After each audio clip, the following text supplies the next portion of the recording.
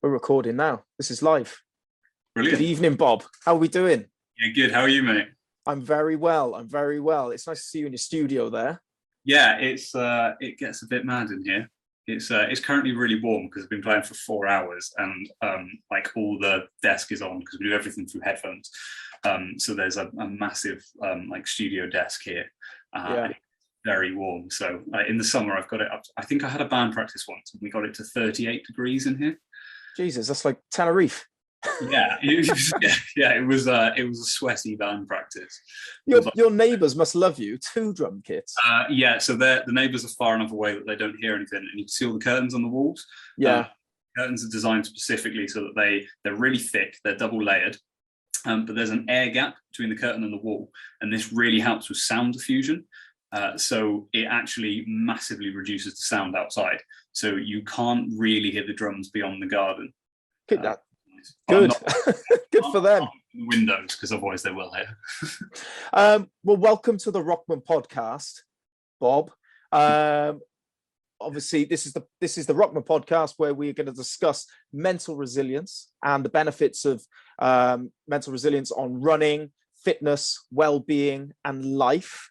And hopefully people can take some insight and information away and leave feeling inspired to push their own limits and improve their own fitness and health and well-being through this chat with you and me right now. Brilliant. Yeah, I love that. Well, there's no pressure at all. I've got to be inspiring, have I? That's like on the contract. Bob, the fact that you're here, you already are. You've already passed the initial test. Well, I think that's probably the biggest thing right now is that people are probably watching this and they're going, who the hell is Bob Thomas? Yeah, why is the random guy on here?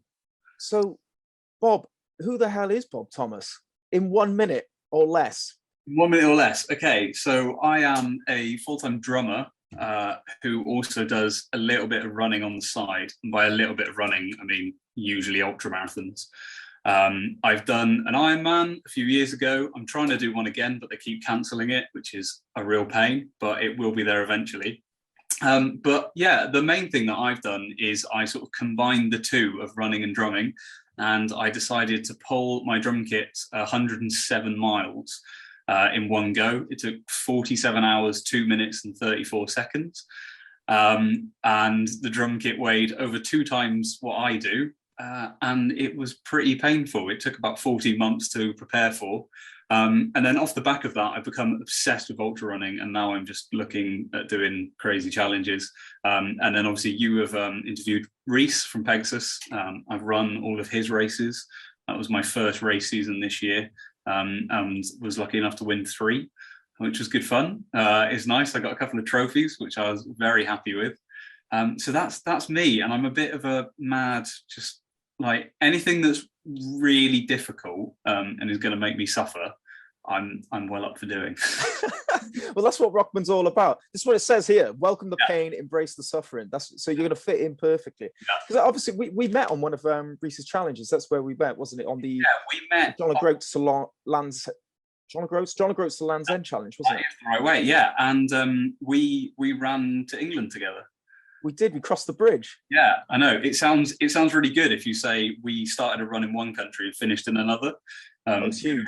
We only ran about 6 miles, but yeah. But that's why I met you, and you I think it was a mutual friend, Claude, pointed me out to you, and he said this guy just towed his drum kit from where was it from? Where did you start? Cardiff.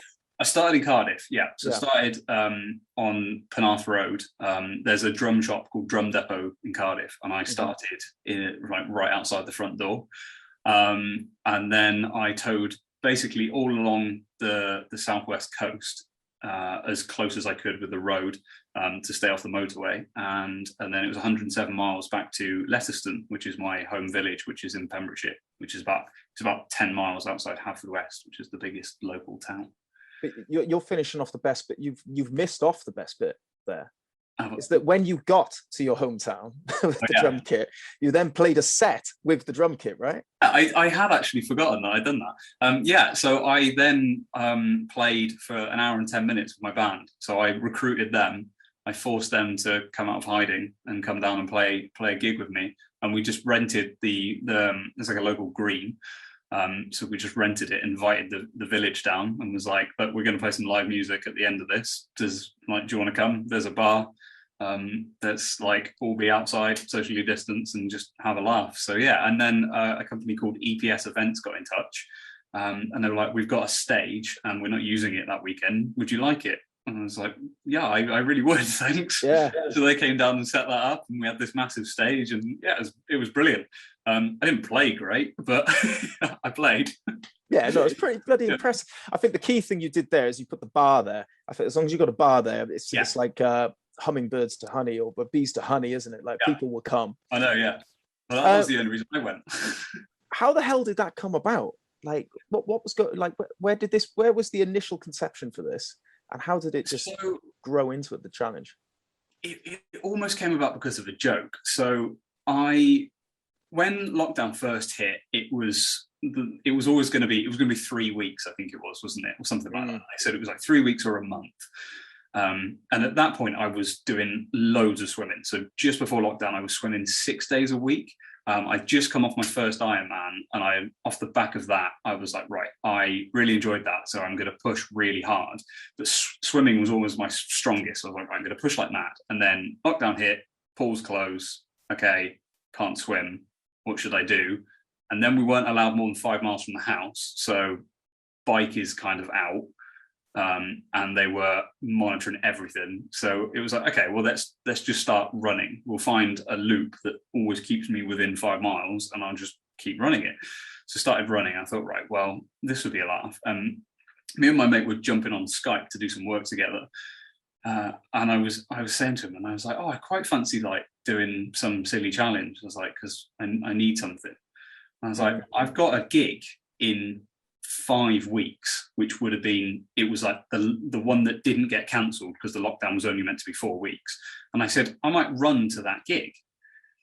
And he said, okay, how far is it? I said, well, it's in Cardiff, so it's 100 miles. And he's like, yeah, okay, fine, whatever. And I was like, yeah, no, that would be fine. I can train to run 100 miles in 4 weeks. And then he, off the cuff, as a joke, goes, well, how are you getting your drums there? And I was like, oh, I'll just like recruit my parents or maybe you or something, and I'll just get you to take the drum kit. And he went, no, that doesn't count. I was like, what? He was like, yeah, it doesn't count. He's like, unless you tow the drums yourself, it doesn't count.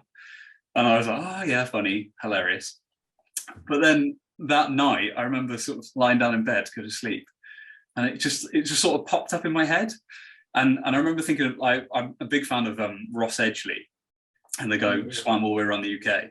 And I remember thinking, I was like, what if I did do it? Like, what's the worst that could happen?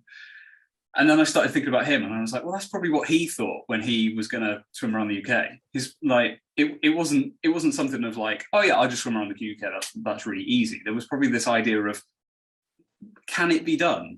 Like, okay. And that's where my head was at. And I was like, well, what would happen if I did it? So I started to think about it a little bit, and then I started to say to people, I was like, oh, what do you think if I did this? And people were just like, no, that's mental, you can't do it.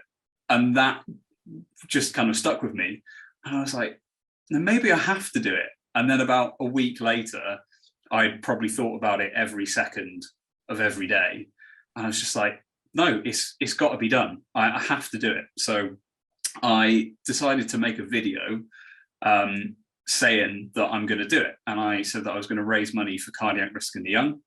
Unfortunately, my family, we lost my older sister to a cardiac issue when she was 16. So for me, that was the best charity. There was no charity to do it for, really. So that was a really instant, like, yeah, let's do it for them. So I was like, okay, well, let's make a video and put it on Facebook, because then I'm held accountable. I didn't realize how accountable you're held when you put a video on Facebook, because I made a 3-minute video saying, I'm going to run 100 miles and I'm going to tow my drum kit and I'm going to do it for cardiac risk in the young. And within about 3 hours, I'd raised £150, except for the fact that I hadn't raised it because I hadn't even set up the donation page yet. I just thought about it. I hadn't even contacted the charity. I just said I was going to do it, and people were messaging me and sending me money. And I was like, oh, I have to do this now. this like so hell yeah, you have to do it. Yeah, so hell yeah. like, okay, right, I'm in. So I didn't know how to tow it. I didn't even know how much the drum kit weighed. I mean, like, I've carried it a lot of times before, but in chunks, like it's all in cases and I move it around one by one. I've never done the whole thing in one. And also it's massive. So I can't like hold it above my head. That's not going to work. So I need some sort of trailer. So then I was, okay, what is it even legal for me to tow a trailer on the road? I was like, I don't know. So I had a friend who was used to be a police officer. So I phoned him and I was like, can I legally do this? And he was like, I don't see any reason why not. I was like, that's a good enough answer. I'll do it. And then I just started phoning companies and saying, like, I want to do this. Can you make me a trailer? And I got a lot of no's and sort of like, we don't really believe you're going to do it. Like, that's mental. So I just kept phoning, and I found a company called Handle It down in Devon, and I phoned them up, and they were like, yeah, why not? We'll make you a trailer. So I said, okay. They're like, well, like, measure the drum kit, figure out what it is, how much it weighs, and everything. So I figured out to weigh my drums. I went down to a local skip hire place, and they've got a weigh bridge for weighing the tractors when they take all the thing off the farm when they do the harvest. And so I took the drums down there and weighed it on their weigh bridge. And that was when I figured out that the drum kit on its own weighs almost 100 kilograms. But if you'd known that before you put the video out and made yourself accountable, if someone said, right, it's 100 kilograms, do you think you would have gone through with it? Or was it in your head? You were doing it no matter, even if it came back at a ton, you were doing it. I think at that point it was in my head. Yeah. I think it was too late. I'm pretty sure from my mate making the joke, which must have been at like sometime at midday, just on a chat. By the time I woke up the next morning, I was doing it. There was nothing, and I've got a text from my mate Mike. From when I first said I was going to do it, and I texted him and said I was going to do it, and he sent me a text back, and he said, we'll have a pint next year, and I'll remind you that you said this, and we'll look what you could have done, and I always remember that text. Yeah, that's it. Like, yeah, it's done now. He's got under your skin there, see. He knows what he's doing. There's no way you could pull out then. Sorry, go on. Yeah, so yeah, it's just one of those things. But I'm so glad that I did just commit to it, because it's now put me in the mindset of whatever I say I will try and do. So along with that, I've now done some other really weird things of like, so do you know the David Goggins 4x4x48? Yeah, no, I've seen your YouTube video. I haven't watched it, but I've just seen the thumbnail and I saw the title. And I did think, what on earth is this guy thinking? So yeah, explain to the listeners what you did. So it changed, and it's the same mate's fault. So I did it initially about maybe a year and a half ago. And I did it for 3 days instead of 2. And I just decided I did the whole 48 hours. And I was like, oh, cool, I'm done. And then it got to about 20 minutes before the next 4 hours. And something in my mind just went, do another 24 hours. And I went, oh, okay. and that was just myself. And I was like, oh, I'm going to do another. And I don't know why. I just put my clothes back on and went for another day. And I did that. But because I'd done that, that got me thinking. So when it came round to, because I think in March, they always do it at the same time. Like everyone does it together. And that came back round this year. And I was like, well, what if I do it for a week? I was like, that would be fun. So the initial idea was to do it for a week, and I was like, okay, it's the 4x4x168, which I was like, not great, not the best ring to it, is it? Yeah. No, not really. But I didn't figure it out, and I was like, okay, but I'll do it for a week. That sounds all right. We'll just say it's the 4x4x48 for a week. So I started doing it, and I got to the last day, and I spoke to the same mate on the phone, the same mate who made the joke, off the cuff joke about towing the drums. And I think I had 2 runs left at this point. And he said to me, he said, oh, how many runs is it? And I said, oh, it's 42. And he went, oh, so if you do another day, it's 48 runs. I was like, yeah. And he was like, so if you do another day, it's still a 4x4x48. I was like, fine. So that was it. I was like, okay, we're going for 8 days. So that's fun. But I like that challenge because it's really, it's unique. It's very different, and it's a nice way of chunking down the miles. You can cover a lot of miles. So I covered 192 miles in 8 days, which is a heavy week. But because you chunk it down into 4-mile chunks, and they're at really different times, each run is very different. The 2 a.m. runs get monotonous and similar, but because you've got 5 other runs between those 2 a.m. runs, it's not as bad, and it doesn't feel like you've run 192 miles. The worst thing, I think, is just the sleep is difficult because it's hard to wind down, and also just fitting work around it is a nightmare. I was going to say, what, have you not got a bloody job, Bob? Yeah. So how'd you fit over a week? Was it 8 days then? So it was 8 days. Yeah, we did it for 8 days. So fortunately, I started it on the Friday night so that I got the weekend, like both ends. So I tried to get as many weekend days as possible. Fortunately, at this point, we were still in lockdown, so I wasn't gigging. And then I just fit all my work around it. So my work day sort of started at sort of like 7:30 and then ended at like 9. But in amongst it, I had some random runs to That's do. got to take some discipline, man. I actually did it myself. I think it was this year, March, actually. Right, I did it myself. But I did the 48-hour one. So I did the novice version, I guess you call it, like if you can call it novice. But I the same as you, I thought it was a fantastic challenge. Yeah. It's so different to, say, where you go out for, say you set yourself a target of 30 miles, a 30-mile challenge. Well, you know that it's over at 30 miles, and you know you're going to achieve it in that day at some point. This one I just found so relentless, because 48 hours is a lot, and it's a long time, but you get the chance to come home, have a hot bath, have some lovely food, put your comfies on, sit in front of the TV, and then 3 hours later, after it's run, see, that's the big thing. You've got to get back out there and do it again.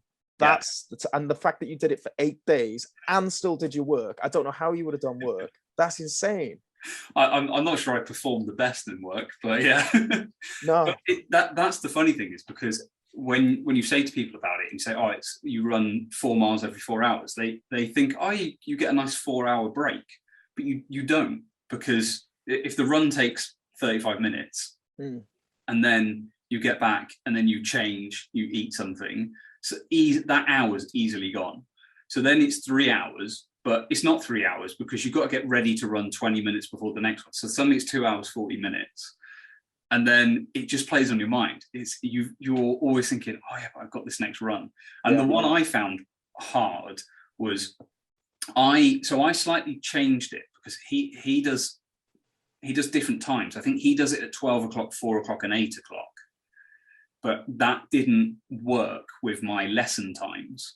So I changed it and I did 10 o'clock, 2 o'clock, and 6 o'clock. 2 a.m. Yeah. So 2 a.m. and then 6 a.m. and then 10 a.m. That's how I did it. But what was weird is then after the 6 a.m. run, you can't decide whether to go back to sleep or not.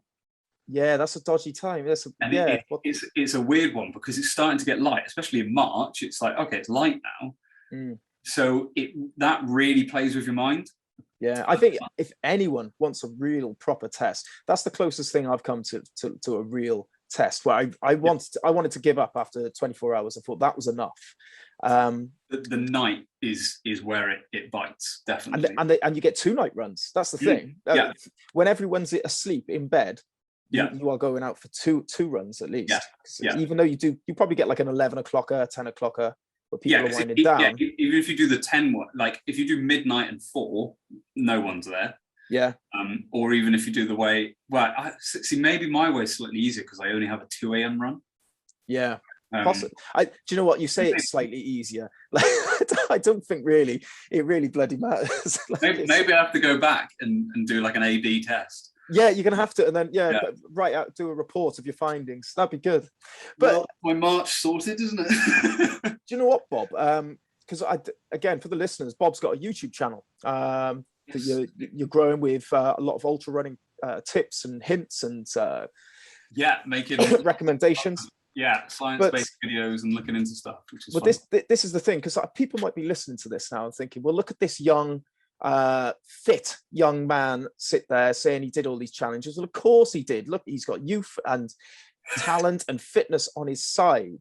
However, now I was scrolling through your video history and I stumbled across a video of you playing the drums only 2 years ago. Yeah. And you thought, wow, he looks really fat. I don't want to sound rude.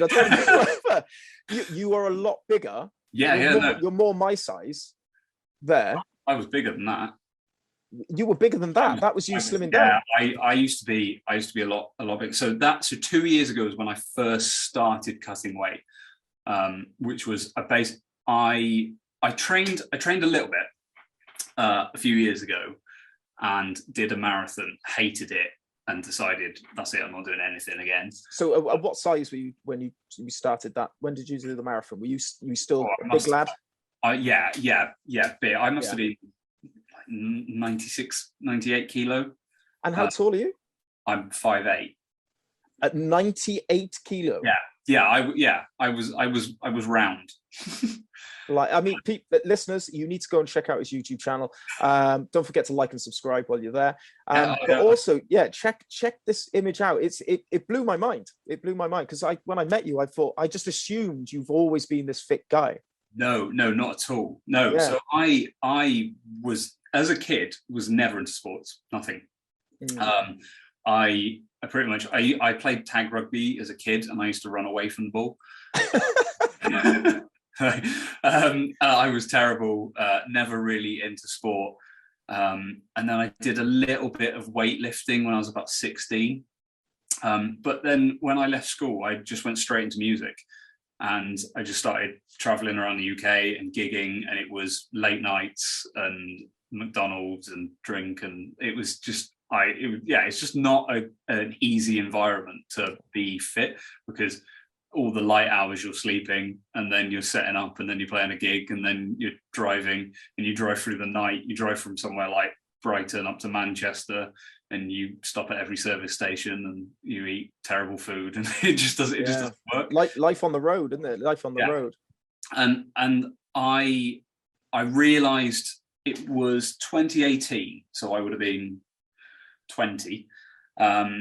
And I was, that's when I was at my heaviest, which was probably about 98 kilo. I may have dipped over 100, but I'm not 100% sure. I wasn't just after Christmas or something. Yeah, I wasn't actively weighing myself then, because it wasn't that pleasant. But I realized then when I remember having a gig, and we had to go up.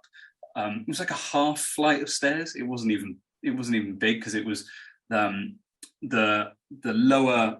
I can't think what it's called now. The stage was raised, but it wasn't just the stage that was raised. The actual like dance floor was lowered as well. So it was kind of like a 2/3 stairwell, and had to carry my drum kit up it. Bear in mind, we said my drum kit weighs 100 kilo, but when I carry it into venues, it's in 1, 2, 3, 4, 5, 6, 7 bits. So it's dispersed out. And I pretty much had, I am asthmatic, so that doesn't help, but I basically had like 3 asthma attacks whilst trying to set up my kit. Right. In one gig. So basically in the space of like an hour, I'd had 3 asthma attacks, was feeling horrendous, so incredibly unfit. And I was like, this is a problem. I need to change this. So I decided to start running, and then I started running early 2018, and that's when I did the marathon. So I trained for about 6 to 8 weeks, doing a little bit of running like a 5K every other day. I said to someone, I think it might have been my mum that I said, I fancy doing something like a marathon. And she was like, oh, that would be good. And then she was telling other people, and then like 2 days later they came to me and they're like, oh, you said you wanted to do a marathon, so we signed you up for one in Tenby. It's in like 3 weeks. Was that your mum? Yeah, it was either my mum or my ex-girlfriend that did it. I can't remember who, but it was like they basically just massively pressured me, and they're like, do it, and they like entered my details, and they were like, here you go, like sign up. And I was like, okay. So I just signed up. Do you think that they wanted to help push you? Do you think that they realized that maybe you needed help getting healthy or something? I think they just, I think it's more my mentality. My mentality is always, it's like everything or nothing. Yeah. And I think they knew that. So they were just like, well, we'll just like kind of go with him, and we know we'll do everything, and he'll probably be all right. He might give up, but whatever. So we went and I went and did that, and it took me 4 hours, 45 minutes, which I wasn't too disappointed in at the time, but I hated it. I just absolutely hated it. It was a really hot day, and it was quite hilly. Well, back then I thought it was horrendously hilly. Although I scrolled back through Strava the other week and I realized that it wasn't that hilly at all. which is brilliant. And I just really didn't enjoy it. So I just stopped training, just completely stopped training, and then just put all the weight back on. And that was when I realized I have to have a challenge. So I decided to sign up for Ironman, and I signed up for that, and I did that in September 2019. So I went from the marathon in sort of first quarter of 2018, put all the weight back on, and then in September, my dad did Ironman. He's done it 3 times. He's 60. He's another beast. Yeah. But then when he did that, I was like, okay, I really need a challenge, so I have to sign up for Ironman. So I signed up with a year to train, and trained quite well, but then over the next summer, gigs were really busy, training all went downhill. So my training for Ironman wasn't great. I came in I did 15 and a half hours. So I did it, but I wasn't too pleased, and I knew I could do better. And that's when I was still quite heavy, so still up towards the sort of 88 to 90 kilograms then. And this wasn't, the thing is it wasn't like 90 kilograms of muscle. It was all fat. So that then was when I decided, right, I am cutting weight, and I'm going to train properly. And that's when I started swimming 5 days a week.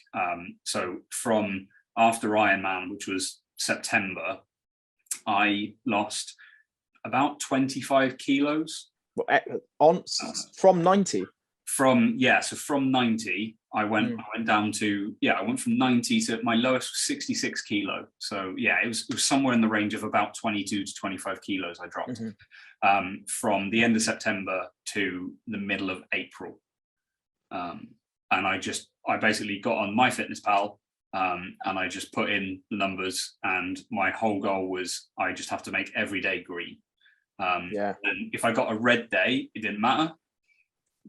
I made sure I didn't sort of get into that streak idea. That's what I hate with many things, and it always really irritates me when people get into this idea of like, oh, I've done it for 20 days, I've done it for 30 days, I've done it for 40 days, but then as soon as they miss one day, it's like it's over. Yeah.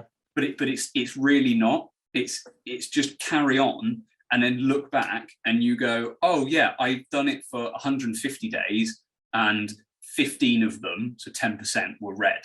That doesn't matter. Whereas, and if you did it for 90 days and then you got a red day and then you just stop, it just goes. So that was my whole idea, was just try and make every day green. If I get a red day, oh well, next day's got to be green. So it was just, it was basically, it's either a tick or a cross, good day, bad day. And that's how I did it. And I just stuck to it for about 6 months. I mean, that's what we promote here at ROKMAN is challenges. That's what it's all about. I've got a similar story is that I was in a pretty bad health place as yourself was back in, oh Jesus, I'm gonna have to rack my brain now. 2013, so Right. a while ago. But it took challenges to give me the kick up the arse, to give me the accountability to do it. I see so many people say, right, I'm going to lose weight or I'm going to get fit, but they have no goal, they have no target, it's just they're doing it for the fitness sake or lose weight's sake. Yeah. And then they fall off the wagon quite easily, and they don't get back on. You need that accountability. You need something, that driving force. I agree. And it's also something that makes it a little bit fun. Because I really enjoy the challenge aspect of it. I love that.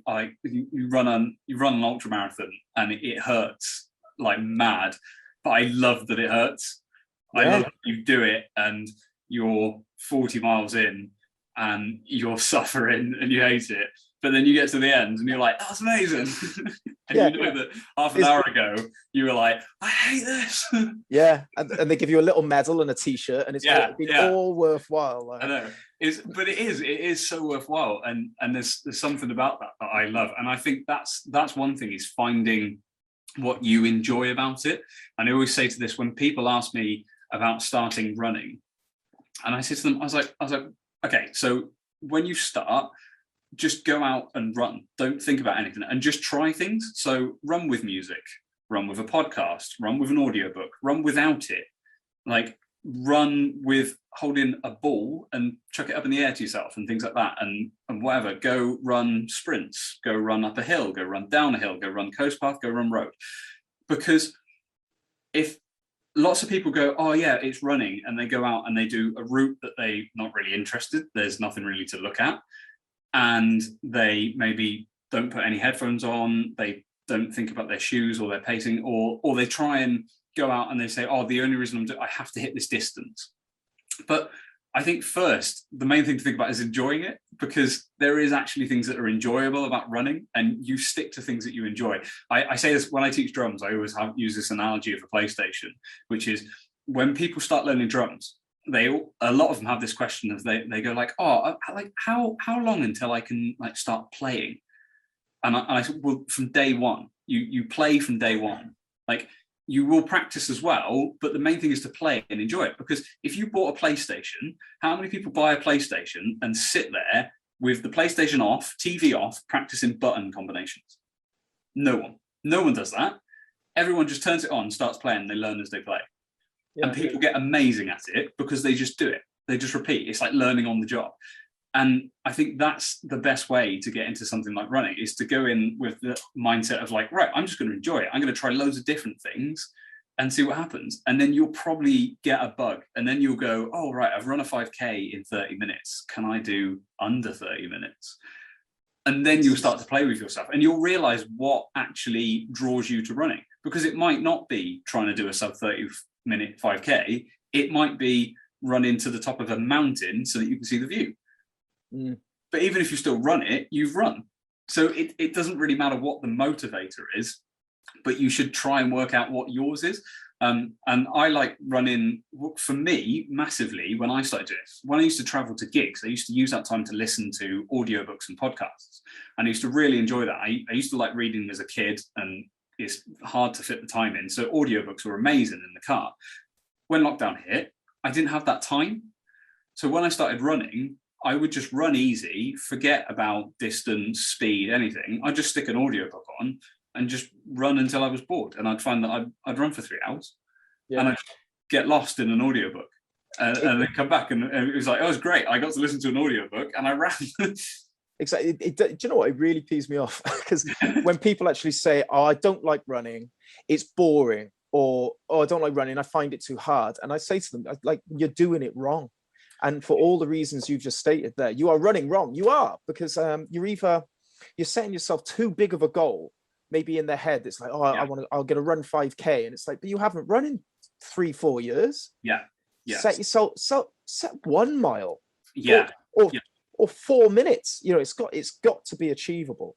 Yeah, it does. And also I find that lots of people think running is always at the top end of your heart rate.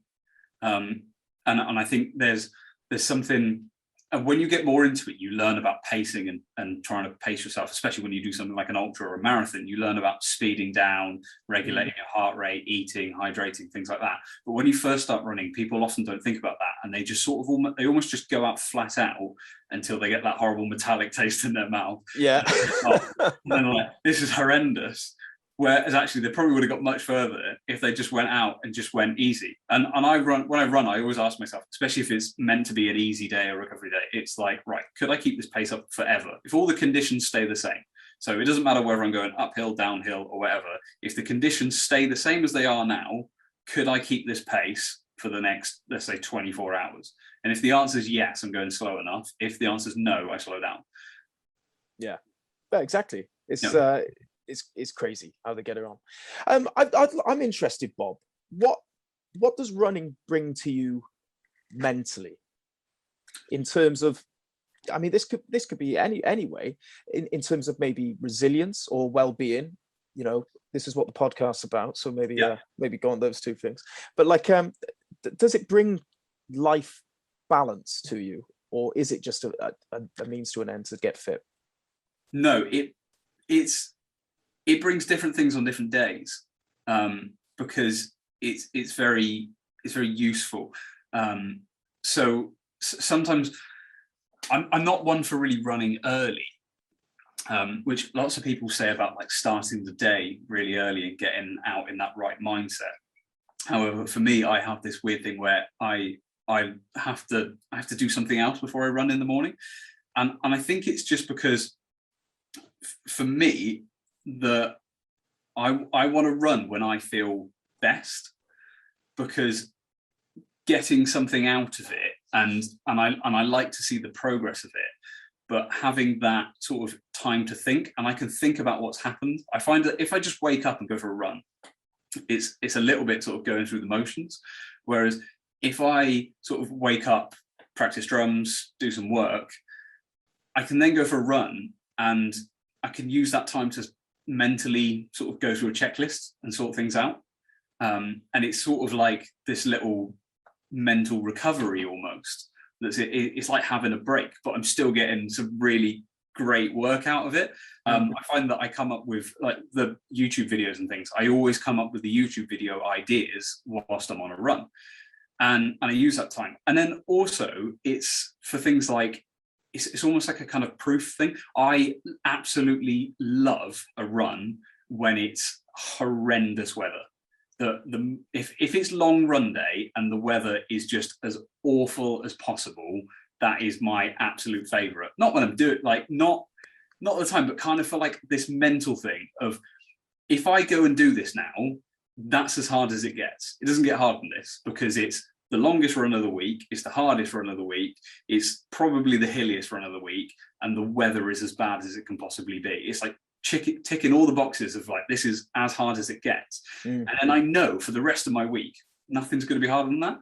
Yeah. And it's like, I sit down and then I've got to write an email that I really don't want to write. And I'm like, well, yeah, but it's not as bad as what I just did, or not as bad as what I did yesterday. So you just get on with it. Yeah. And I really like that aspect of it. And then also like I say, with racing and things like that. And it's not only in races, it's in anything, but I love the idea of overcoming something. So when you're in it and it's just horrible and you're hating it, but when that happens and you get that little bit of like, oh, this is shit now, I then get this little voice in the back of my head and going, yeah, it is shit, but you can do it. You can get over it. You can overcome. And then I get excited, and then I'm like, oh, yeah, no, I can. And then I'm like, oh, how can I make it harder? And it's just this endless battle. And it's funny, like if you ever run with me, if we run and it's like a nice day, but then like the weather changes and it starts raining, I start to get really excited. I'm like, come on then, rain on me. Come on, let's have it. I start get like really hyped up. It's just really funny. But I just like it. The more like little odds and little things get like stacked against me, the more I get a little bit excited about how I'm gonna like break it and overcome it. And Yeah, and then I'm also horrendous to myself in my head, that I just berate myself the entire run. So I'll just run. I'll do intervals, and I'll get the exact interval time that I wanted, and then in the back of my head I go, yeah, but you're shit. You could have done quicker, and I do that every time, and I'm just horrendous to myself as much as possible, because that sort of fuels me. And I don't really know why. And lots of people talk about like having the positivity, and it's not. I don't get in this negative space of where I'm unhappy, but I kind of like mess with myself, and it gets me excited. And it's funny, and I just play with myself, but mentally it just kind of kicks me on. And then when I get back from a run, I just feel like I've achieved a lot. And that spirals me into a really productive day. Yeah, it's such a. I mean, but one of the big things for me actually is you obviously say you run with music and podcasts. Is that every time? Because nope. I've got a strict rule now. It's tongue in cheek. I always say when you're listening to music, it's cheating, right? I think I got it off Joe Rogan podcast. I was like, yeah, that's bloody true. Actually, I've heard that podcast. I was listening to it while running. Yeah. But like, I know it's tongue in cheek, and like, if people want to run with music, then you bloody run with music, because it's that, as we were saying, you have to enjoy it. If you don't like it, you're not going to stick at it. But I myself, I tend to, I don't think I've listened to music or any audio in years. Ever since, to be honest, it's ever since they changed the audio jack for my iPhone, and I didn't have bloody headphones. Yeah. So I'm trying to sound hard by saying, oh, I don't run with music, but it's just because I haven't got proper headphones. Yeah. But running for me is it's like my thinking time. I mean, I know you said there you get your best ideas for videos, but it's in reality, it's like the only time throughout the day where I can get away from everyone and everything for an hour and just think. And I always find that's when I'm coming up with good ideas, or if there's like a problem in my life at the time, I end up solving it. I come up with a solution or something like that. And the big one, you haven't got your phone on you. It's not in your face. Do you do that? Do you ever what they call naked runs, where you go out without your phone? No, I always audio. Yeah. Well, it could be an idea for another challenge, but you want to make it harder, right? Underpants. Yeah. Do it in your underpants. Run fast enough that no one can tell you're naked. So it depends. I never run without the watch, because I don't really know why.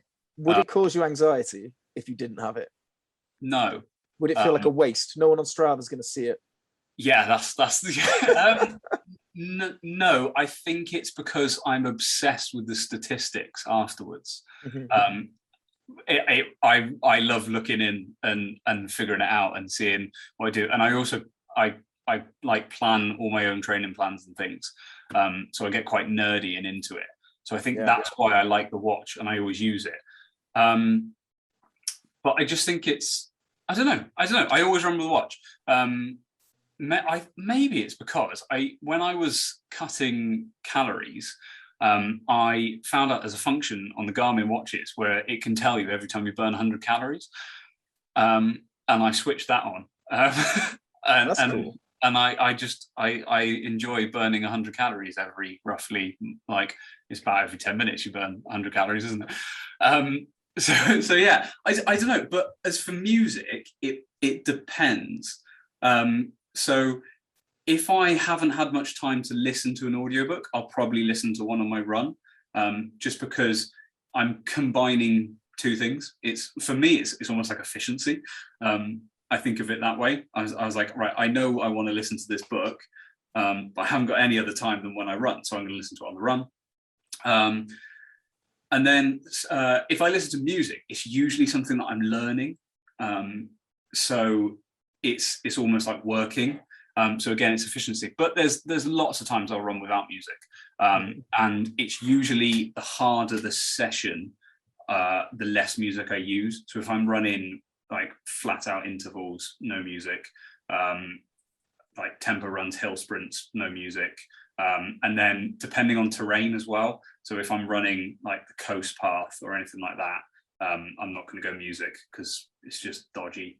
I don't fancy like dying by falling off the edge of the coast path. You've got your wits about you. Yeah. So, but yeah, so it really depends. But what I found is the towing the drums is actually what helped me stop listening to music, because I used to listen to music on every run and almost like couldn't run without it. But then when I started towing the drums, I couldn't, because it just wasn't safe, because the only place to train with it was on the road, and it's like small country lanes. So I couldn't have headphones in, because if a milk lorry comes around the corner and I'm towing a trailer, he's not going to stop. I'm not going to hear him. It's just a nightmare. So I had to go no headphones. And my longest training run for that was 11 hours. 11 hours training run. 11-hour training run. Yeah. Wow.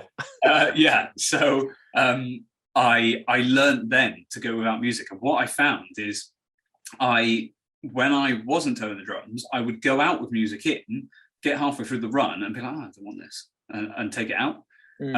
So it can be a real mix. I don't think running with music is cheating, really, because I think if running with music is cheating, then anti-chafe boxers are cheating, shoes are cheating, socks are cheating, like all of it. It's like everything, like really. If do you know what I mean? It's Bob, you're setting yourself up for a challenge here. I can see your mate going to text you now. He's going to say, "Yeah, I know." You towed the drums with clothes on and shoes. You cheater. Right. Okay. Right. So here's something. This is a real insight. So the drum kit has hardware, so like all these stands, and these are basically the heaviest part. So I buy the most like durable, heavy, hard-wearing hardware possible, because I'm throwing it in and out of cases, in and out of vans all the time, up on stage, and I just want it to be as robust as possible. So it's really heavy. So the drum kit I use is a Yamaha drum kit. Absolutely love it. It's amazing. But the local drum shop, they got in touch with Yamaha for me and told them what I was doing. And they make this super lightweight hardware called Crosstown hardware, which is amazing, but it's really sturdy and it's great. But the whole idea is it's incredibly light. So they sent me this hardware for free to tow. But I didn't use it. Is this the first they're going to find out about that? This will be the first time they find out about it. We may have to take this out. Is it because you thought it was cheating? It's because I thought it was cheating. Yeah, because I said originally that I was going to tow my drums, and I was going to tow everything I needed for the gig except my bandmates. Right. So for me, it was kind of like this extra bit, and it was a lot lighter. It took off. So all in all, I towed 152 kilograms. But if I used the lightweight hardware, it took it all the way down to about 118. So it's a big difference. A massive difference. And I spent the same mate. I spent about 2 hours on the phone with him, and we were just talking through it. And we basically came to the conclusion of it doesn't matter which set of hardware I use, I'm completing the challenge. So I have to use the heavy stuff, because if I use the light stuff, I'll have to do it again, because I'll always think, could I do the heavy stuff? Yeah. I think, kudos to you, actually, because you've obviously got an opportunity there to make the challenge easier without anyone knowing. Yeah, and exactly. You chose not to. So yeah, definitely kudos to you. But in terms of the drumming company that sent them to, you use them every day now, don't you? And you're always telling your clients about them and all the time. Yeah, promoting them. And I do actually, because I'm not going to lie, they are lighter, and I now use them for my gigs. Yeah, so they are being used. It was worth them sending them to. 100%. Yeah. And I use them. I use them on the gig at the end as well. And no, that's not true. Right, stop it now. They're going to come and ask for them back. Yeah, I know. Yeah, they might do. but while we're on the drum story, because I'm glad we've got back to that, because I'd want to know what were your toughest moments on this? Because this was a challenge that you hadn't done before. You've done the Ironman. I suppose that you're used to these long hauls, but this is 4 days, right? This is a different kettle of fish again. Were there any low moments? Were there any moments where you're like, this sucks? Yeah, there was. So the first moment that really got to me was much more emotionally than physically. No, that wasn't the first one. No, the first one was so we started at 8 o'clock in 8 o'clock at night, so 8 p.m. and got out of Cardiff, got dark, went all through the night, and that was fine. And then we got to Port Talbot really early hours of Friday morning it would have been. So we started Thursday night. So then Friday morning, I'm going to say about 5:30 in the morning, we got to about Port Talbot. Which is enough to depress anyone, to be honest. Yeah, it is. Yeah, I know. But that was a really bad spot because the support vehicle couldn't pull over very often. So we had to find this like really horrible route through. And I just had one support member with me, and the problem at the start was everyone was really excited and everyone wanted to help massively and be really involved. So the entire support crew stayed up all night, which was the worst decision ever, because we got to 5:30 and everyone was fucked.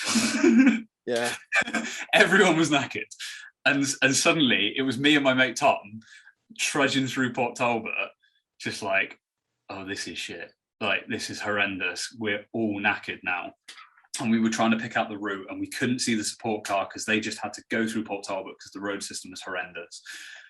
So it was about 2.5 hours that we basically just walked in utter silence, just listening to people waking up, and we just trudged through, and that was really hard.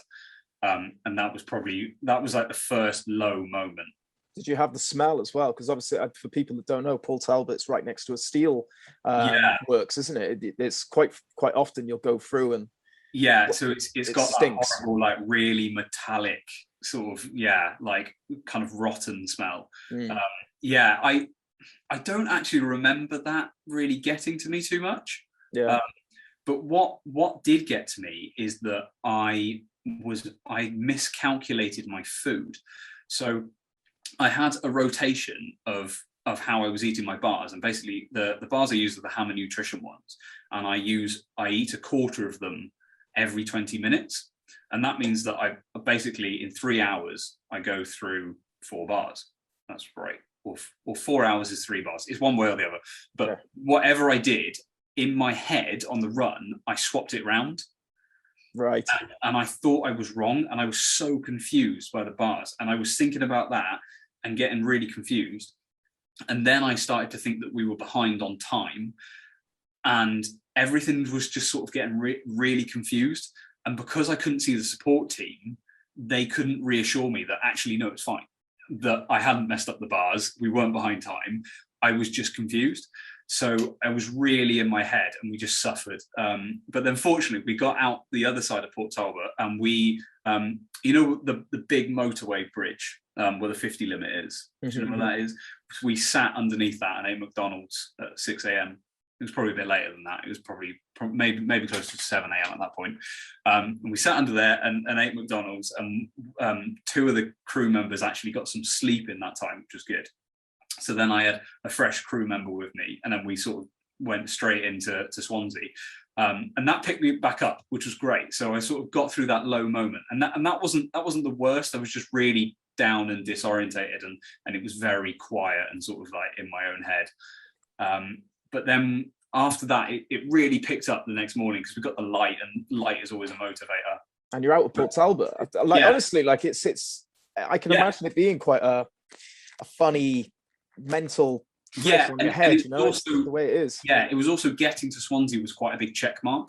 which was quite good because it was like, right, we've got to the next city. Yeah. So that was really important. And then it was getting busier. So then people were coming past and beeping and interested in seeing what was going on, which was good. So Swansea was pretty good until I hit a lamppost and ripped half of the drum kit off the trailer. And that was just mental fatigue. So that was one of these things where it was quite clear that some sleep deprivation was kicking in, because I was walking down the path, and to the left there was a lamppost right in the middle of the pavement, and to the left there was this nice little like flat grass bit, absolutely fine, and then to the right there was a little bit of pavement and then the curb, and my brain went, I'll go down the right. So I went down the right, and then I looked back and I thought, wow, I'm close to that curb. So I quickly like darted left, and I just smashed against the lamppost, and all the drum kit, because I had a sign around it, that all ripped off, and then the snare drum fell off, and it was all bungeed down, and it's all shifted, and I was like, oh, this isn't good. So then we had to stop and call the support car, and they had to come and like fix it, and we had to get some cable ties and things like that. So that was the first big like blunder. Yeah. And then we had a really steep hill, which wasn't too bad. That was all right. Coming out of Swansea is a really long hill, but there was a lot of people around, so it was quite good. And that was all right. We got all right with that. But then the really horrible, like emotional part was that my parents came up to support, and it was both my parents and my uncle, and they came out to help. So at this point, I then had 6 crew members and my parents and my uncle, and I just found after a while, I just had too many people asking me questions, and I knew it was going wrong when my mum came up to me and she was like, oh, I'm really sorry, we couldn't get you any blueberries. And I was like, what? And she was like, we couldn't get you any. They didn't have any. And I was like, what are you on about? And she was like, you asked me for blueberries like 40 minutes ago. I've literally just been to like 3 shops to try and get some. I was like, I don't remember this. I don't remember asking for blueberries. And I was like, and I hadn't seen the support crew, and I was really confused. And at that point, I said to my parents, I was like, I need to leave. Like, you've got to go. So I literally just told my parents to go away and leave, which was horrible. That was really, really hard, because it's tough, isn't it? They were trying to help, but and they probably were helping, but in my mind, they just weren't. I was just getting confused, and I had to tell them to go. And then I got to the next like checkpoint and support crew, and I just remember saying, I was like, I've told them to go. I was like, that felt like a really horrible long stint I suffered. Like, it's not going quite right. Yeah. And then we get to the lowest moment. This is a horrible one. So we haven't even peaked yet in we haven't peaked. No. We haven't peaked. So there's 2 moments. There's probably about 3 more. Yeah. No, I think back to it. But yeah, so then we went through Llanelli, lovely place. But coming out of Llanelli, there is a absolutely horrendous hill. So there's a small B road that goes from Llanelli to Carmarthen, and it goes through this place called Pontiets. And the hill is about 1.4 miles long, and it's an average grade of 15%. Jeez. It's brutal. And just before that, there's another hill which is about 1 kilometre long and has an average grade of about 13%. And we found, really weird, but somehow at the start we found this old, like, weird, it was like a clamp from a farm or something, and it basically, we used it as a chock under the wheel. That's what we used it for. It wasn't intended. We just found it probably about 10 minutes into the run, and it stayed with us the whole time, and we used it. It was the most helpful thing ever. We've nicknamed it Chock Norris. That's about all you need to know about it. But we were putting it in the back of the pickup, and every time I needed to stop, we'd just put it under the wheel if I was on a hill or anything, so that it didn't roll. If I needed to uncouple and use the lure or whatever, because the whole idea was that no one else was allowed to touch drum kit. So no one could help me push it up a hill or anything like that. There was nothing. So the only respite I got is if we put it on the chock, I could then unhook and use the lure or anything like that. But we got to this hill coming out of Llanelli, and there's a really horrible turn on it, and the support crew couldn't stop on it, so they had to go. And it was a little bit badly coordinated, and we didn't really think it through. And the chock got left in the pickup truck, and the pickup truck went ahead. So I start up this 13% hill, which at this point I'm moving at 40 minutes per mile. Right. And I got 25 minutes into it, and my right glute completely locked on. And I was just in utter pain. And I turned to the support crew, and I was like, I had one guy, I had Dylan with me at the time. And I said to him, I said, "Oh, mate, can you put the chock behind?" I was like, "I need to stretch." And he just goes, I don't have it. And I was like, "Oh." I was like, "What do you mean?" And he was like, it's not here. It's in the support car. The support car's 10 minutes away. I was like, "Oh, okay, this is a problem." So I just had to keep going. And I was just in so much pain. And they called and they got the support car back.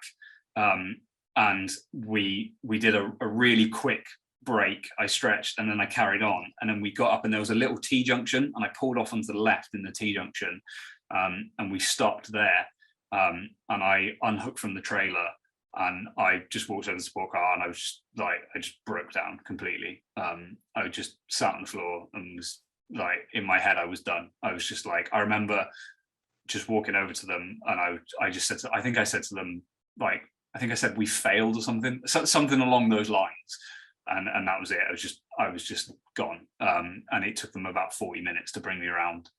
Really? Yeah. And they just had to sit with me, and just like, just pat me on the back and sort of, yeah, just talk me through it. And yeah, we just sat there just by the side of the road. And I just remember feeling horrendous, because the only thing in my head was that this hill was so hard, the hardest thing I'd ever done, but I knew the next hill was harder. And was it? Was it like meant weirdly? Yes, it was physically harder, but no, mentally it wasn't. And we actually, on that hill, I sweared so much at that hill. I vowed, whilst on that hill, I vowed that I would come back and tell every square meter of it to fuck off.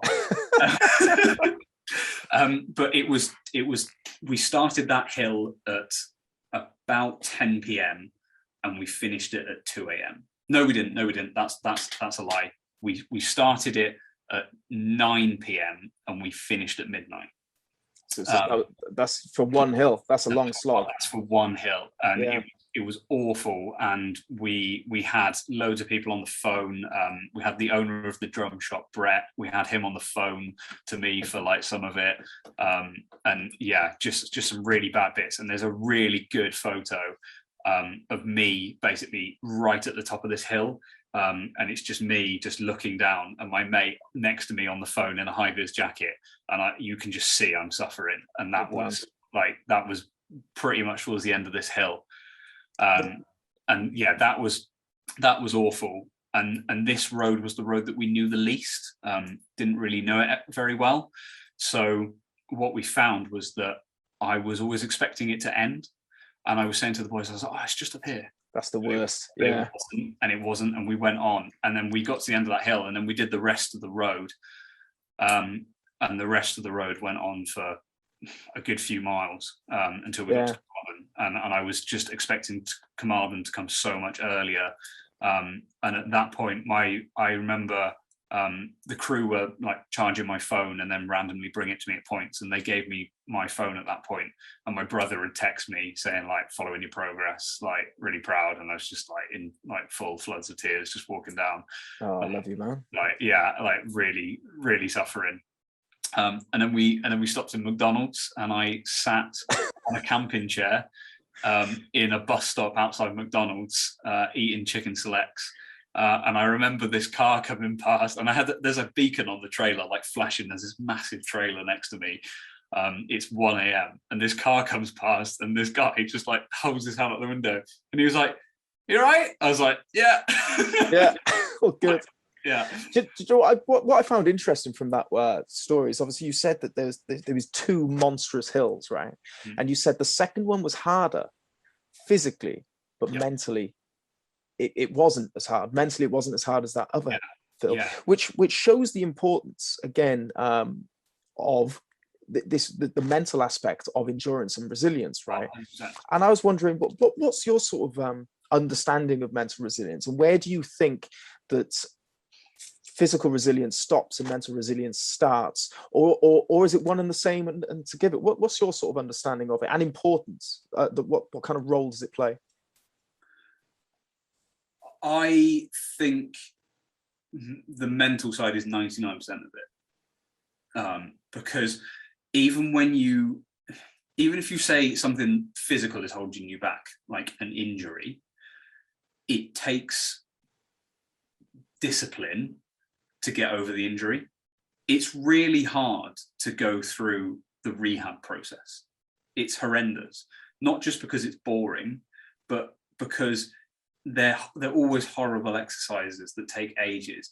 So mentally, you have to do that. And I think it kind of doesn't matter where you are physically. It's always the mental battle that you have to win. If you win the mental battle, you'll win the physical battle every single time. Whereas if you win the physical battle, you might not win the mental one. Because I could have easily smashed that first hill, and gone, oh yeah, physically that was fine, and then between the next hill, suddenly got really worried about the next one, and then given up mentally.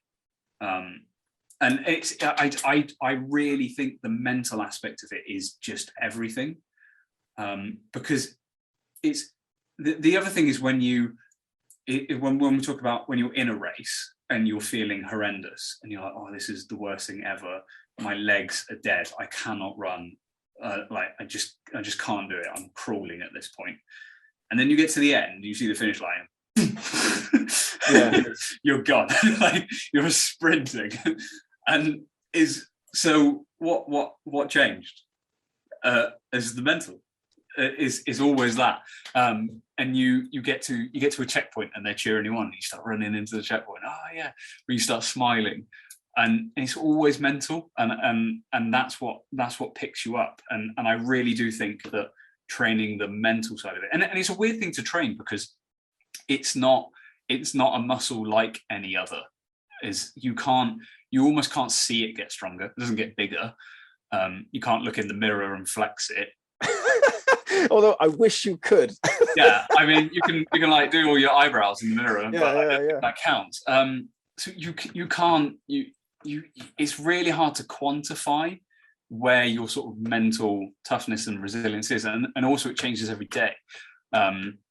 Some days are awful. Like if you sleep bad, it's harder.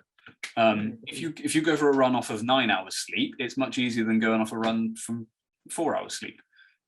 And there's all these things that compound and other things. And what I find weird though with the mental aspect is that sometimes when you're having a bad day and you going out and you go, oh, I've got to do this run. Oh, it's going to be shit. I feel rubbish.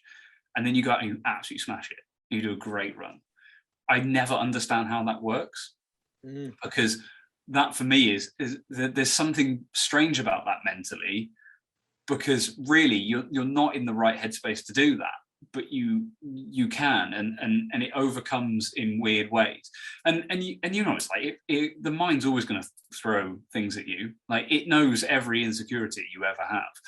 Like it's basically this massive weapon that can go against you at any time. You know, it's like when you lie in bed and you think of something really embarrassing you did when you were 14, and then you can't sleep. It's like, what's that about? Like, why is your brain sabotaging you? And it really does, and it's strange how you can't quantify it, but it's also your most powerful weapon, because if you get the right attitude, you're unstoppable. Yeah, you just won't quit. If you've got it in your mind of like, I'm not going to quit. It's like the whole thing of once I decided I was doing it, that was it. It was decided. There was no going back, and my mind won out on that. It was like the light switch had flicked on. And that was it. There was no turning it off. It was just like, I'm doing it no matter what, and done. It was decided. And that was just something that mentally went in my favor. it could have just as easily, I could have gone, oh no, that sounds a bit hard. Yeah, totally. Yeah. And so as far as it's a weird one, because I don't know if you can train it. But maybe you can. You can most definitely train it, but well, from what I understand and from what I've read, is that it's putting yourself under pressure, under stress, in controlled environments. So hence, like a training or race or something like that. Yeah, you get better then at dealing with stress and pressure in other areas. It's almost like act more from like almost like a focus point of view, that you get to the conclusion quicker. Which it's interesting, because David Goggins has the cookie jar analogy, right? Yes. I think that Reese Jenkins, he uses matches. That's his analogy, isn't it? It's the same thing. It's his don't burn all your matches. Yeah, it's the little stories, right? It's the little things to give you energy. Yeah, basically, it's like, because you can always think back on something hard that you've done, and because you've done something hard, you can do something else hard, and it is interesting, and you definitely can train the mind, like 100%. You definitely can, but it's one of those. I suppose what I mean is that it's one of those things that's really hard to quantify. And that's the most difficult thing about it, because it's so different to any other muscle. You can't compare it to like, oh, I've got so much better at running because I've taken 5 minutes off my 5K. You're like, oh, I'm so much better at mental resilience because I didn't do what's the quantifier? Yeah. And that's where, but that in itself is a mental battle. One of the other big indicators of mental strength is actually your personality. And obviously some people's personalities are vastly different to others. And from what I get from you, Bob, from meeting you and talking to you, is you're a positive guy, right? And positive, you are a positive guy. And I think that is one of the biggest indicators of mental resilience. And I think it's because it's the way you perceive problems and stresses and pressures. You're able to perceive them in a way that you don't crumble under the pressure of them or the weight of them. You see them maybe as a challenge and you rise to it. And that's one of the biggest things. So you're saying it's hard to quantify. Yes, it is hard to quantify, but also it's not universal to every single person, because people have different personalities. Some people they won't have, if you're a pessimist, if you see the bad in things all the time, if you're moaning about the weather, or you sort of see yourself as the victim constantly, or you drop your phone on the floor and it smashes your screen. Oh, why me? Why is the world against me? But you will have less mental pressure because of that. Really, really interesting. There's have you listened to the High Performance podcast? No. That's a really, really interesting one. But they have a saying on there, which is, it's not your fault, but it is your responsibility. Which is really interesting. Even if you link it back to things like getting injured, it might not be your fault you got injured, but it's now your responsibility to deal with the fact that you're injured. That's really interesting, because things go wrong. It's things that we can go back to, like why I did the challenge in the first place, which is to raise money for cardiac risk in the young because of my sister. It's not my fault my sister died. It's no one's fault. We couldn't do anything about it. She had a heart problem, and that was that. It is our responsibility to carry on and deal with it and make sure that we can still function as humans and go out the next day and live our lives. It's our responsibility to do that. We can't put that on anyone else. And even though it's not our fault, we still have to carry on, and it is on you. There's a similar saying that pretty much goes along the same vein, is that we can't control everything that happens to us, but what we can control is our reaction to those things. And like as with your sister sadly passing, and sorry to hear about that, by the way, I didn't know that beforehand. that was out of your control, but how you dealt with it and how you focused your efforts and moved forward, that was within your control. And people have got to make those decisions every single day. And you can make them every single day. Everyone's greeted with hardship every day, you know, from spilling your tea to, you know, the sad loss of relatives and friends and stuff. And but it's that reaction to it, how you react to it is what makes the difference. Yeah, and I think you don't have to react in the most perfect way possible. Like it's okay to have a bad day and things like that. Yeah. It's like when we talk about the calories, it's okay to have a red day, but tomorrow we'll try to have a green day again. It's you do have to react, and you have to sort it out, but also be a little bit forgiving of yourself when things do go wrong. Totally. We're all going to make mistakes and fuck up. Well, do you know what? You're bang on with that, and I think you've got such a good analogy there with the green and red days for calorie counting. That's actually quite a nice analogy of it, because the key to it is consistency. It's not, you can have a wobble, you can have a red day. The key is to just, as long as you get more green days than red days, then you're going to hit it. Because I think maybe a lot of people look at ROKMAN and we bang on about resilience and, you know, fronting up and taking on the challenges. And being, you know, hard as you will, but you're also allowed to have the soft days. You know, you're allowed to be vulnerable. And one of the biggest things that we try to say to people, you're allowed to ask for help. You know, we can't. We're not all bulletproof all the time. You know?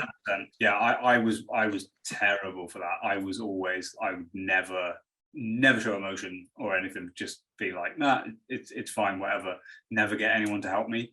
And that's one thing that the drum kit I massively made is the support crew. I could talk to them about anything now, just no matter what. And I could talk to them a lot before, but now it's to the point where it's just like, if anything is ever wrong for me or any one of them, it does not matter. Like, we're all there for each other, and it's really hard to ask for help. Like it's especially when you're in a position where it thinks it makes you look weak, or it's something that you feel embarrassed about. It's so hard to ask for any form of help. But everyone's got their little thing that's shit and horrible, and everyone probably needs a bit of help. So, do you know what? I wonder if it's a bloke thing, you see, because like I think as men, you're supposed to be this competent person, you know, maybe sort of a leader type, maybe a provider, and asking for help is that sign of weak. I do it myself, or honestly, like I try to do as much by myself as possible. I don't like delegating tasks. I don't like giving things away. I like to be this seen as this competent person. If you want it done right, do it yourself, isn't it? And but that mentality, but then you take it too far and you just burn out. You do. There's another saying, if you want to go fast, go alone.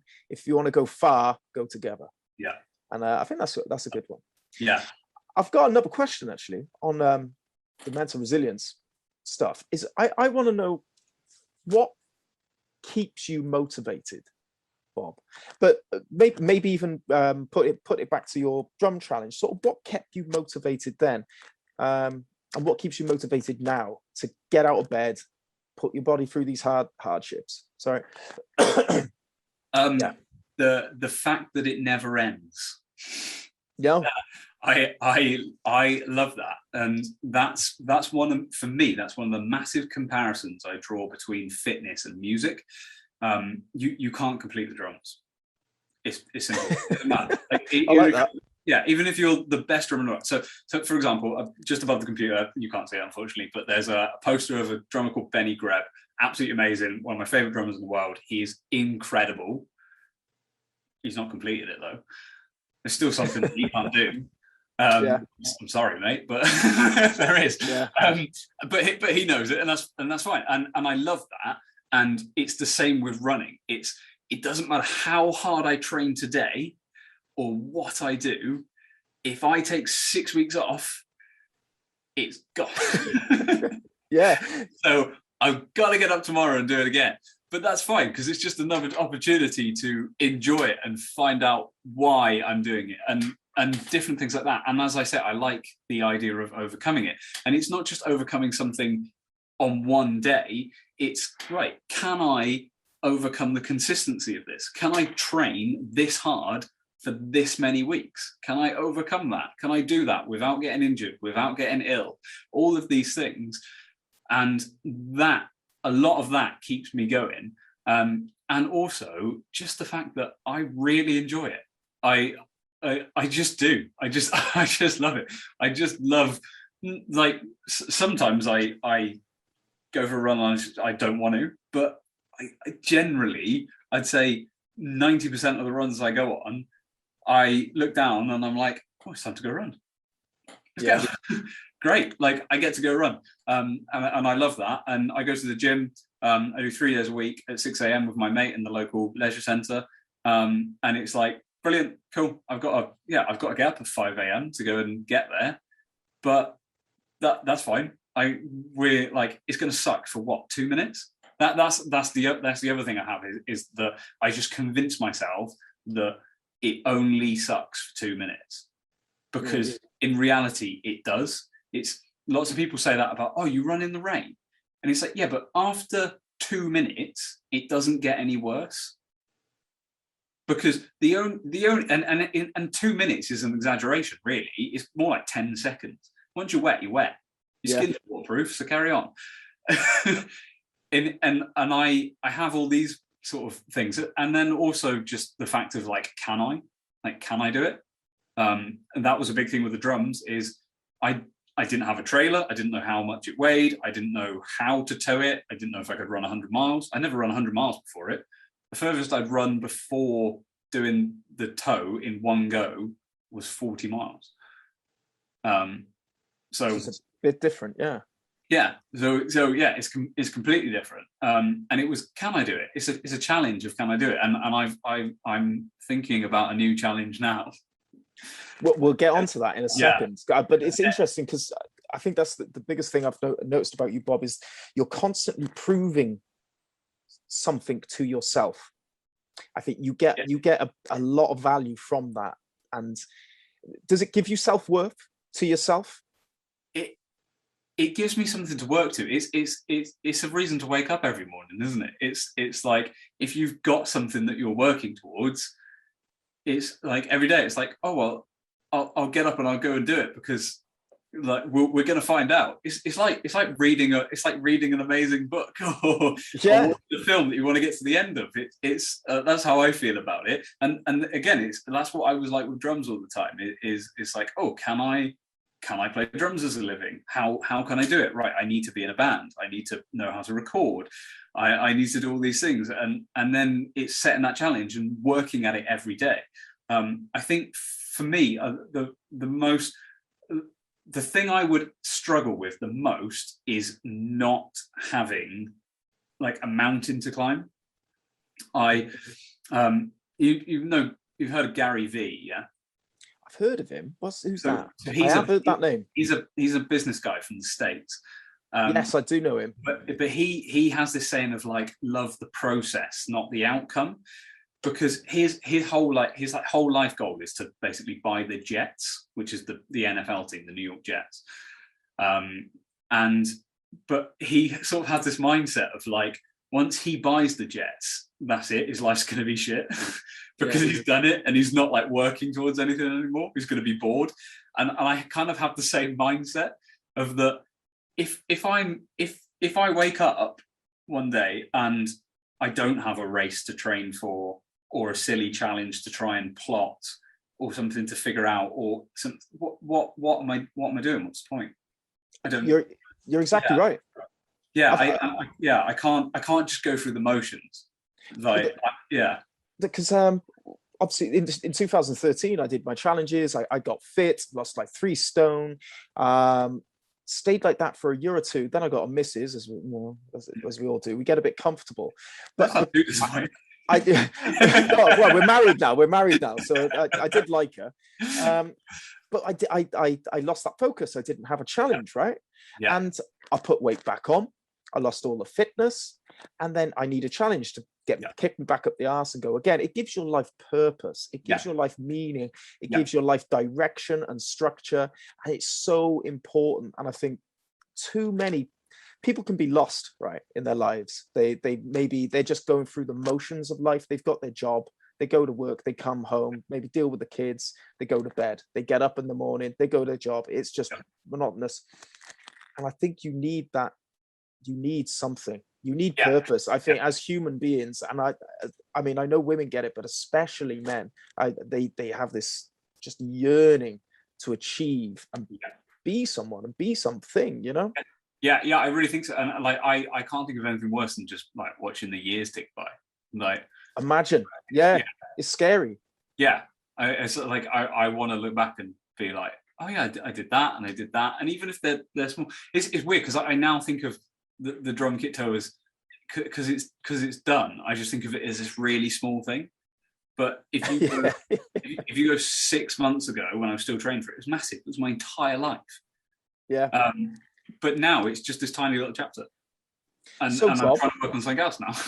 So Bob, what is the next chapter for Bob Thomas? What's on the horizon? What are we going to do? We're going to run a lot. So I would like to be the first person in the world to run to every castle in Wales. I'm pretty obsessed with that idea. It's been rattling around for a little while.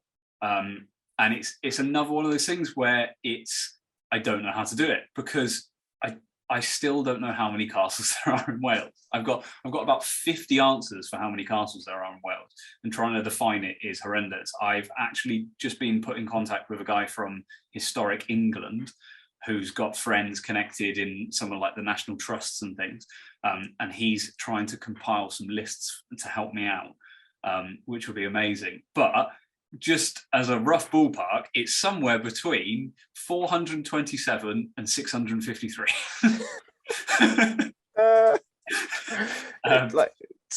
I can imagine people are listening to this and go, "Oh, run to every castle in Wales." Like, if you don't really know Wales, it's the land of the bloody castle. They're everywhere. Like, I mean, are you counting? Like, what? How are you classifying a castle now? Like, what's your definition? Do I have a turret? That's my hardest thing. That's why there's so many different numbers, because I don't know. I'm not a speciality on castles. I love a good castle. Like don't get me wrong. That's why I like it, because it's so cool. It's very Welsh. It's wicked. But I don't really know like the exact classification. So this is why I'm asking people for help. Going back to talking about asking people for help. I don't know the technical things of what is a castle.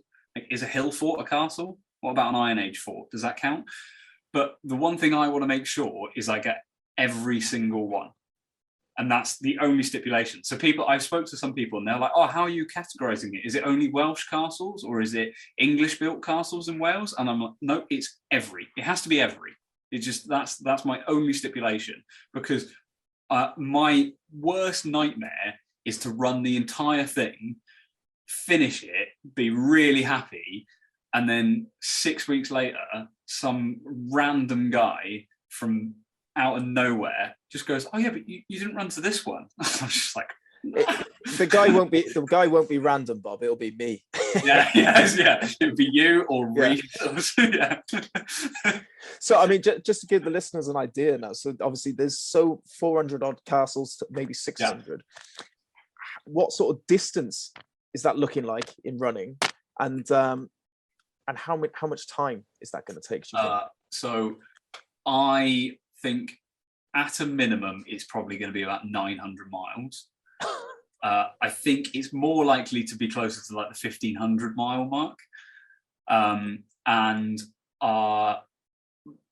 basically I have to get it done in less than 3 weeks, because that's the only time I have in my calendar. So 3 weeks. Yeah. Unless I put it back to next year. Well, no, I'm already doing it next year. Unless I put it to 2023, I only basically have in my calendar, I now have 1 3-week slot to do it, which I have booked off with all my bands and all my work.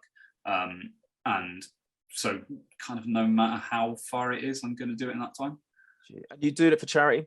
Yes, I will do it for charity. Yes. Have you picked? I haven't spoke to them yet, just because I want to get it sort of properly mapped out before I actually approach them. But yeah, there's a local charity called Get the Boys a Lift, who are in Haverfordwest, which is about 10 minutes from me, and they are a mental health charity, and they're absolutely wicked.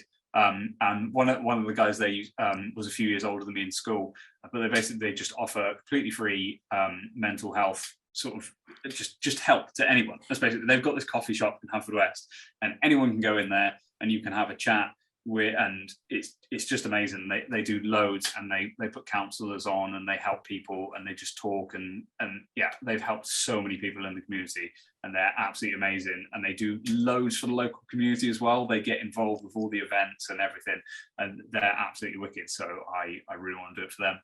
Yeah, that sounds brilliant. Yeah. Well, awesome. I'm sure ROKMAN will be lending a hand as well with coming out and doing some promotion for you and stuff. We'll obviously be following you on the socials and the ROKMAN page as well. So everyone that wants to follow and donate, all the links will be on there. But if people aren't, where can people find you, Bob? So if people want to follow you personally, where can people find you? I live in Letterson, so is my address. Follow me around. I am Bob Thomas Ultra on everything except YouTube, which is just Bob Thomas. Just Bob Thomas. Yeah. So yeah, it's just Bob Thomas Ultra, pretty standard. Look for this face. If you see a picture of a person sat in 2 camping chairs taking their shoes off, that's me. That's you. Cool. I'll put all the links in the show notes below, so people can have a little look. Yeah, it's all under that, and I'm on pretty much everything. But thank you very much. That's been a really great chat. I hope people take a lot of insight and information from that. Yeah, I hope so. It's been great. I've learned things, which is great, because when you're talking about training the mental stuff and things like that and how to quantify it, that's a really interesting. I'm going to go away and think about that for days now. Good. Well, I'll set you some homework as well to do. I'll put it. Yeah. Every day's a school day. See, every day's a school day. But thank you very much. We'll catch up soon. I'm sure we'll probably do another podcast in the future as well. So that's very good. Yeah, let's do it. Cracking. Cheers, mate. Awesome. See ya.